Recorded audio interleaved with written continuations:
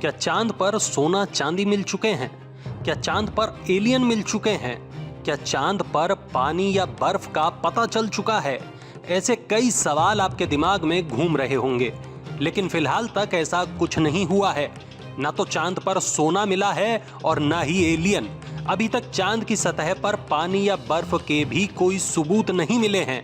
तो फिर ऐसे में सवाल ये कि अब तक आखिर प्रज्ञान रोवर को मिला क्या है? सबसे पहले इस बात को समझिए कि इसरो अभी तक चांद से आए 3 वीडियो जारी कर चुका है।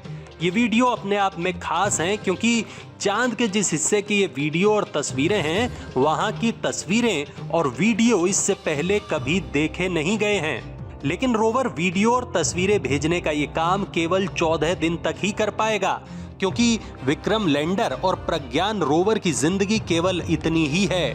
दरअसल विक्रम और प्रज्ञान दोनों ही सौर ऊर्जा पर काम कर रहे हैं। अब 14 दिन तक तो सूरज की रोशनी इनको मिलती रहेगी, लेकिन 14 दिनों के बाद चांद का यह हिस्सा अंधेरे में डूब जाएगा और जब ऐसा होगा तब विक्रम और प्रज्ञान भी काम करना बंद कर देंगे। दरअसल चांद का एक दिन पृथ्वी के 14 दिनों के बराबर होता है। 23 तारीख को जब चंद्रयान चांद पर पहुंचा था तब वहां दिन शुरू हुआ था। ऐसा अनुमान है कि 5-6 सितंबर तक वहां दिन ढल जाएगा और जब ऐसा होगा तो विक्रम और प्रज्ञान काम करना बंद कर देंगे। लेकिन असली परेशानी इसके बाद की है। जैसे ही चांद पर रात होगी वहां तापमान गिर जाएगा, -180 से -200 तक पहुंच जाएगा और जब ऐसा होगा तब विक्रम और प्रज्ञान की सेहत पर बुरा असर होगा।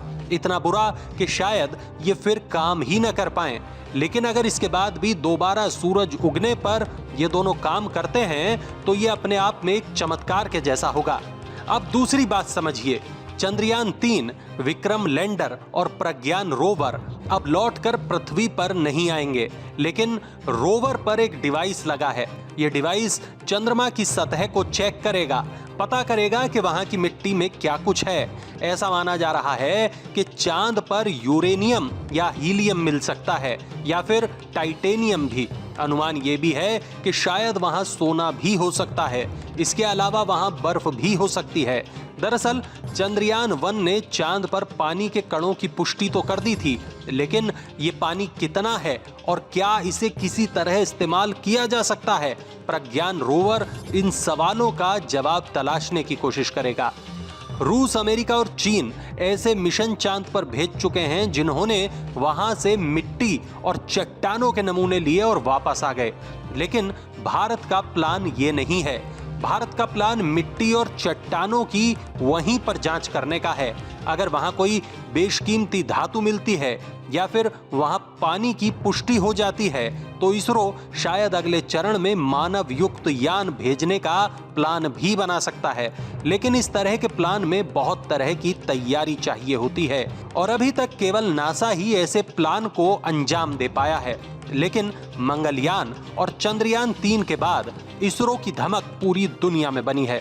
अब एक आखिरी बात, अगर सब कुछ सही रहता है तो अगले कुछ दिनों तक प्रज्ञान हर वो राज खोल देगा जिनसे भारत को चांद से जुड़ी हर खास जानकारी मिल जाएगी।